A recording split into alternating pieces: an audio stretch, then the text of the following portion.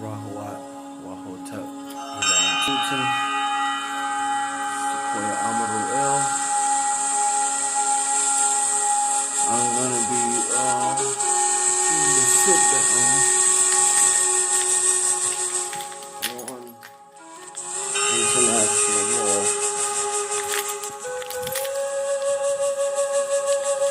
Before I start, I'm gonna say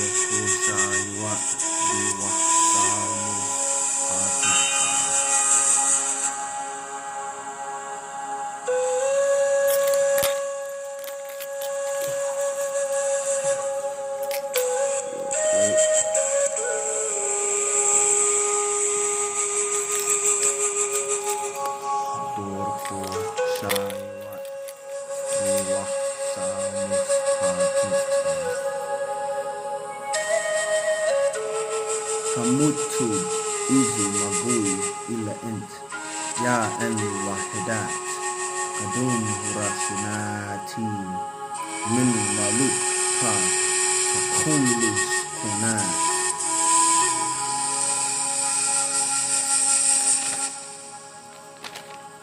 wa ani khafis liya wahid yawun rajiila iliyun fi el tasib ashar majur bainahum mithul nasufi ani a'lidu istahdan minha wa wus taninat wa ukra tit ramusyanat minu kaman mansula ma'a adum sabdurat ala di liya khalu hatut wahidat. Translation. Gratitude is due to you, O heavenly ones, my ancient ancestors who ruled the boundless universe.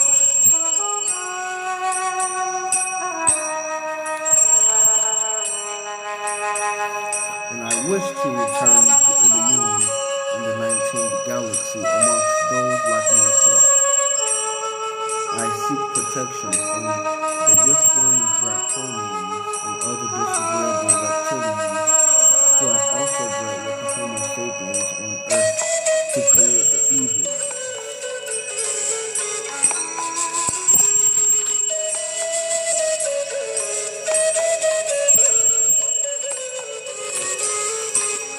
Ya Ani Wahidat Gashuh Baruki Was Usrai wa Ansurni Rasul Istazdaat Ala Nayana Wahid Metir Afarti Atumra Alazi Il Razaltu Ilana Liya Rafur Ha Rakun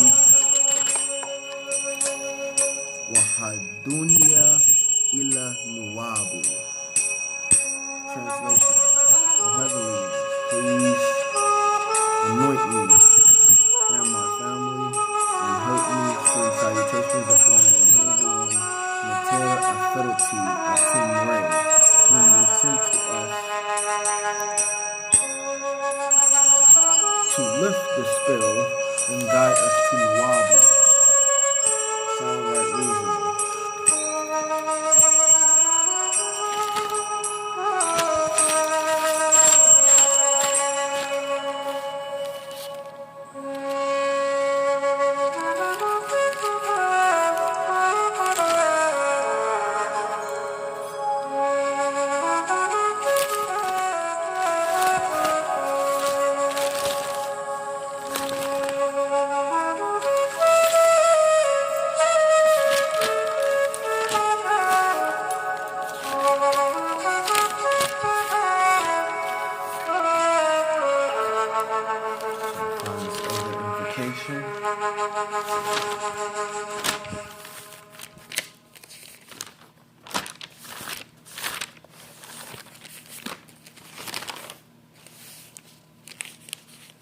I think that was it.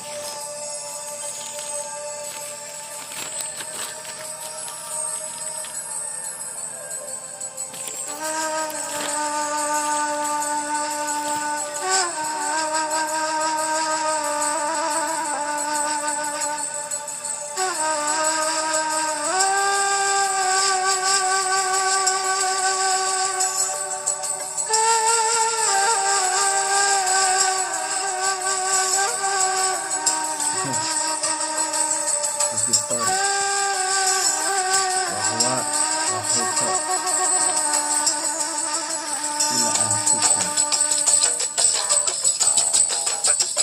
Greetings and peace be to you all. Anea Sequoia Amar-Utu. Sequoia Amar-Utu.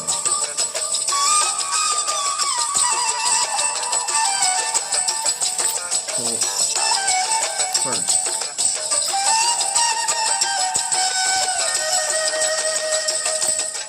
I want to read this. The United Nations Declaration on the Rights of Indigenous Peoples.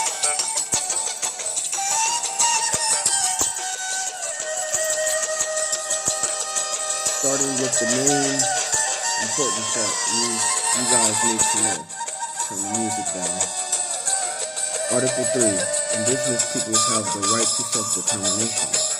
By virtue of that right, they freely determine their political status and freely pursue their economic, social, and cultural development. So that's actually 4. Article 4. Indigenous peoples, in exercising their right to self-determination, have the right to autonomy or self-government in matters relating to their internal and local affairs, as well as ways and means for financing their autonomous functions. Hit the main key part. Article 6. Every indigenous individual has the right to a nationality. Now, you actually cannot use international treaties. For example, the Treaty of Ghent, the Jade Treaty, the Treaty of Makarasio, some people call the Treaty of Tripoli or the Treaty of Peace and Friendship. You can't use the Treaty of Amity and Commerce. You can't use none of those if you're calling yourself black, which is deeming yourself non-descendable, making you, according to Latin and law, civiliter mortus, dead, or civilly dead in the eyes of law. You're dead. So according to the Cestui trust, it means what calls you live, that's what it means in Latin. You have to basically proclaim that you are alive. So I'm going to go through some canons that the Cestui Act referred to in Article 100 of the Cestui Act.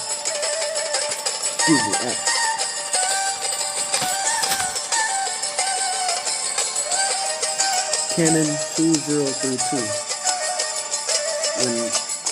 When referring to legal persons, like a corporation, Cestui created within the Roman system upon certain Roman presumptions of birth. The term estate encompasses the body, spirit, and all possible existing trusts, properties, and liabilities, and future trusts created within the Roman system. Canon 2033. While a public trustee within the Roman system may be granted from time to time a position of executor of a trust belonging to the estate of a legal person, by the very description of estate, no agent, principal, trustee, or entity may presume to claim the role of general executor of the estate of the legal person, except the flesh, mind, and spirit of the being for whom the estate was first created. Canon 2034. When a woman or man acts as a trustee of one or more trusts associated with the estate of their legal person, the office of general executor of the estate is therefore vacant. However, when a man or woman demonstrating competency, wisdom, humility, and duty gives public notice of their occupying of the office of general executor of the estate of their legal person, no other trustee, public servant, agent, or entity may usurp their authority concerning the estate. Canon 2035. Any person who seeks to usurp the position of the general executor of the estate and unlawfully claims the office of executor without permission is known as an executor de son tort, which is Latin, and may be charged with fraud.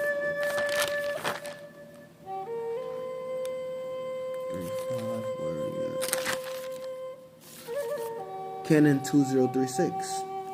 A Cestui trust, also known by several other pseudonyms such as terms of life of years, or pour altre vie, or fide commissary trust, or foreign cities trust, or secret trust, is a pseudo form of trust first formed in the 16th century under Henry VIII of England on one or more presumptions, including but not limited to one or more persons presumed wards, infants, idiots, and actually, according to the Black's Law Dictionary, when you look up idiot, which comes from idiota, it means a person who, a being, you can say person, you can say persons, who has no nationality and who doesn't even want to know their lineage.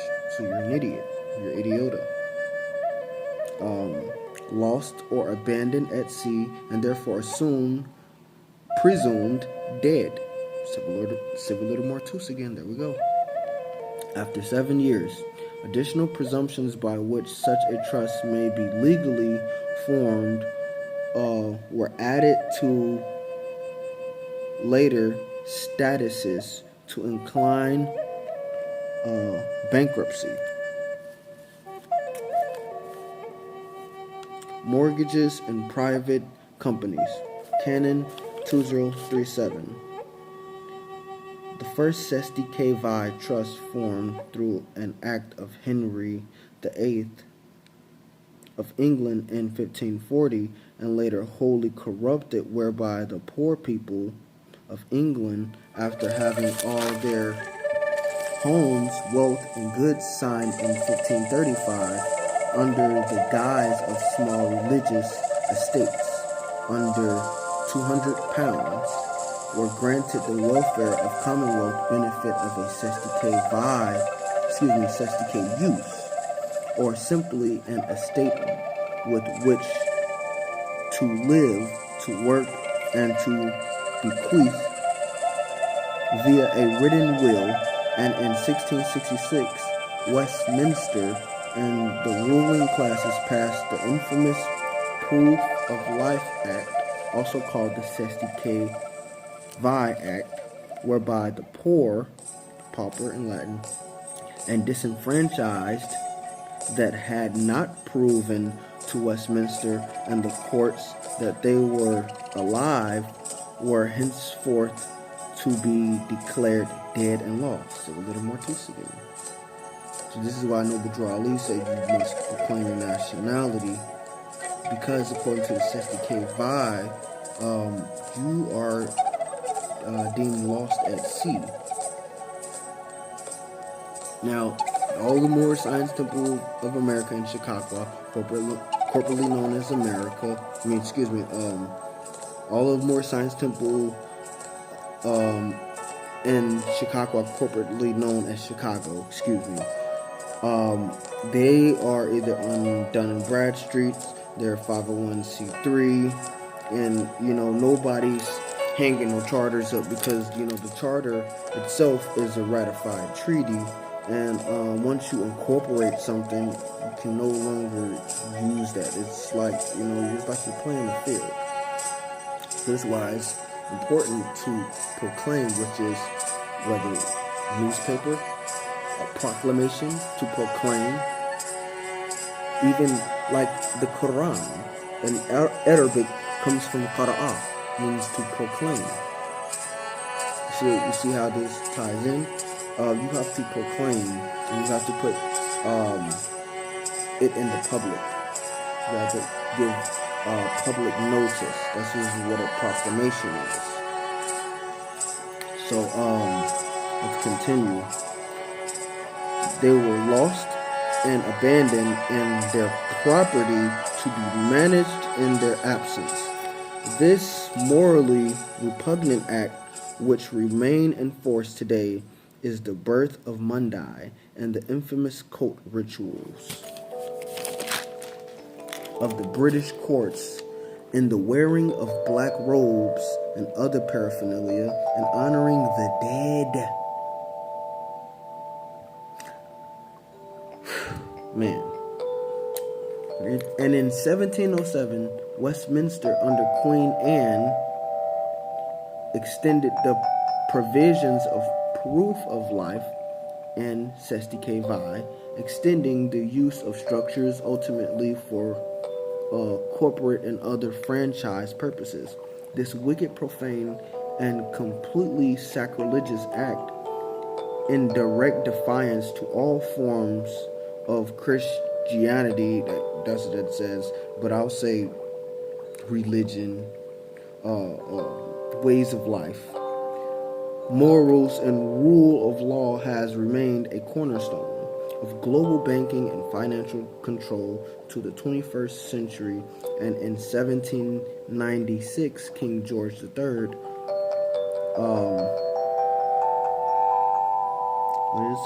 applied to estates pour autre vie for the first time, and in 1837, the amendments to the nature of wills, that if a person under an estate pour autre vie, which is Latin, P-U-R space A-U-T-R-E space V-I-E, Cestui Vi, did not make will, then, what does it say? Such property would be granted to the executors and administrators. Apologize for the pause and reading cursive. Canon 2038. In terms of the evidential history of the operation and form of relief or remedy associated with the Cestui Vi Trust, taking into account all statutes referencing Cestui Vi prior to 1540, are a deliberate fraud and proof, which is prima facie evidence, of the legitimacy of Westminster statute. The first act outlining Cestui Vi Trust is deliberately hidden under claimed statutes of the reign of King Richard III in 1483, whereby the act, still in force today, states that all conveyances and transfers and use of property is good, even though a purchaser may be unaware it is effective under Cestui use, meaning subject to a Cestui Vi Trust. The act also gives a vague and challenging path of relief that is one of complete mind, sound mind, and not an infant, and not under financial duress than any property under Cestui Vi trusts is rightfully theirs for use. Let's see. And the second act outlining Cestui Trust is deliberately hidden under the reign of Henry VII in 1488, permitting lords to render any attempt by people classified as wards to demonstrate their freedom and that such lords may use writs and other devices to force such people back into being compliant wards, which are poor slaves. It's crazy. What was I?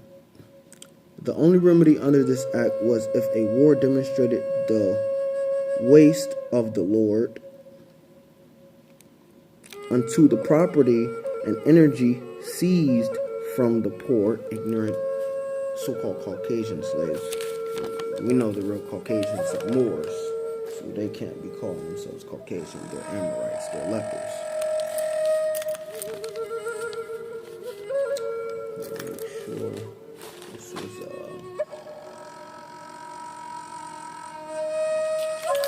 the third act, outlining the operation of Cestui only hidden this time as estate por altre vie, was in 1741, whereby one who was knowledgeable of the Cestui slavery system could be between the ages 18 and 20 seek to recover such property under Cestui and cease to be a slave or captive. However, the same act made law that after 20 years, the remedy for such recovery was no longer available, despite the fact that the existence of Cestui trusts were denied in Westminster, and the bankers are sworn to lie and obstruct and hide all costs the existence of the foundations of global banking slavery. There you go, indigenous people. There you go, Moors. There you go, autochtons. There it is, right there. Right in the Cestui Act. So, let me see. Back to this. United Nations Declaration on the Rights of Indigenous People. Article 22, particular attention shall be paid to the rights and special needs of indigenous elders, women, youth, children, and persons with disabilities in the implementation of this declaration. Part 2, states shall take measures in conjunction with indigenous peoples to ensure that indigenous women and children enjoy the full protection and guarantees against all forms of violence and discrimination. So, basically, the United Nations Charter is a ratified treaty, and the United Nations Declaration on the Rights of Indigenous People, being the UNDRIP, and the American Declaration on the Rights of Indigenous People, being the ADRIP, can be utilized if you are calling yourself indigenous, an autochthon, Moor. You can't be saying I'm U.S. citizen. You can't be saying I'm black, because like I stated, it's Anglo-Saxon, mean black, Blake, and bleached, all synonymous, means to make pale. And then in Germanic, black is Schwarz, meaning like devious, chaotic, evil. So you gotta learn linguistics, you gotta learn your etymology, you gotta learn your language, man.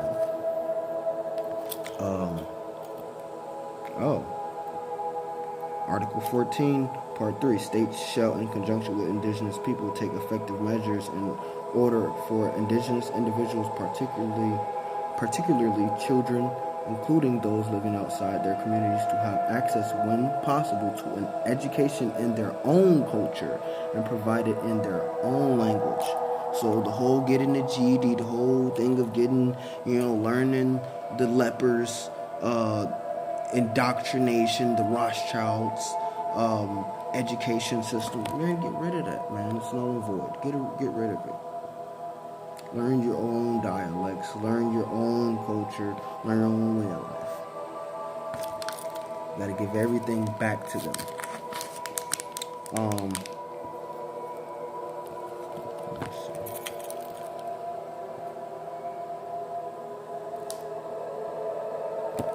So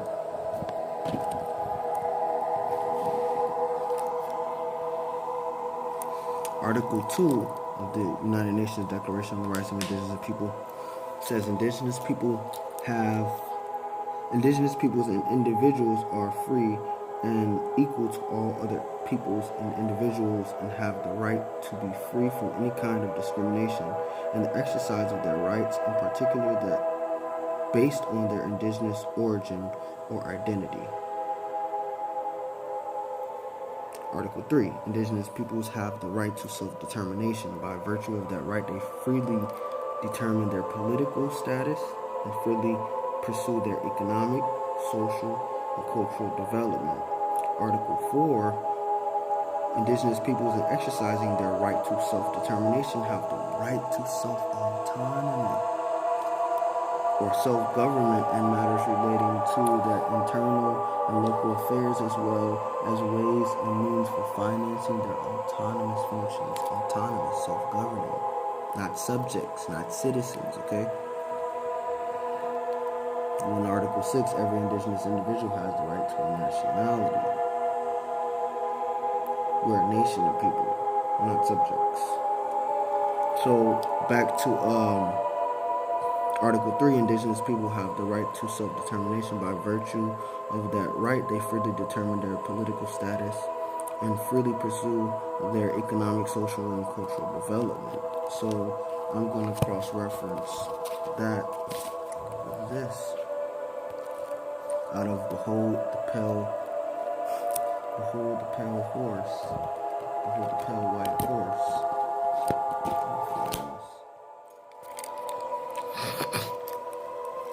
Excuse me. The following statement was made. Turn this to slightest. The following statement was made by Mr. Carl B. Ricks of Milwaukee, former president of the American Bar Association, ABA, before the Senate subcommittee, which was hearing testimony on the proposed Bricker Amendment. It was entered into the House record by Honorable Lawrence H. Smith, Wisconsin, on May 11, 1955. Congressional Record, page 83220. Statement of Carl B. Ricks, Milwaukee, Wisconsin. I appear in favor of the amendments. Congress is no longer bound by its constitutional system of delegated powers. Its only test is under the obligatory power to promote human rights in these fields of endeavor: civil, political, economic, social, and cultural. These are found in Articles 55 and 56 of the Charter of the United Nations, a ratified treaty. Doesn't show you where I'm reading it from. My camera's not letting me flip it. But, let me see. Ratified treaty. They are being promoted in all parts of the world by the United Nations. Congress may now legislate as an uninhibited body with no shackles of delegated powers under the Constitution. Our entire system of the government of delegated powers of Congress has been changed to a system of undelegated powers without amendment by the people of the United States. The authority for these statements is found in a volume entitled Constitution of the United States of America, annotated, issued in 1953, prepared under the direction of the Judiciary Committee of the Senate of the United States and under the chairmanship of Professor Edward S. Carwin of Princeton, aided by the legal staff of the Library of Congress. This is the conclusion on page 427.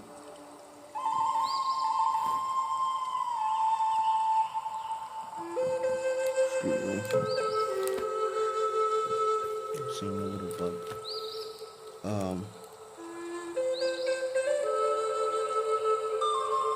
Page 427 of the annotations. In a word, the treaty power cannot purport to amend the Constitution by adding to the list of Congress enumerated powers, but having acted, the consequence will often be that it has provided Congress with an opportunity to enact measures which, independently of a treaty, Congress could not pass, and the only question that can be raised as to such measures will be whether they are necessary and proper measures for the carrying of the treaty in question into operation. It will be noted that one of the principal cases cited is that of the migratory bird case. These conclusions are those also of a committee of the New York State Bar Association, which bar is short for British Accredited Registry. And they have their allegiance to the Lords of London, which is under the Vatican, of which a former Attorney General Mitchell and Mr. John W. Davis were prominent members.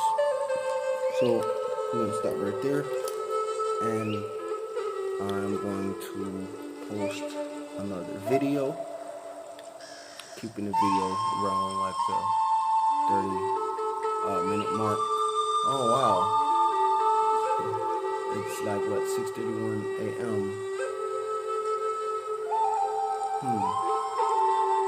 So yeah, because we're close to the winter solstice, a lot of the so-called Gregorian time, how they temper with the time is flying. I literally just did a whole all-nighter doing videos. So with that,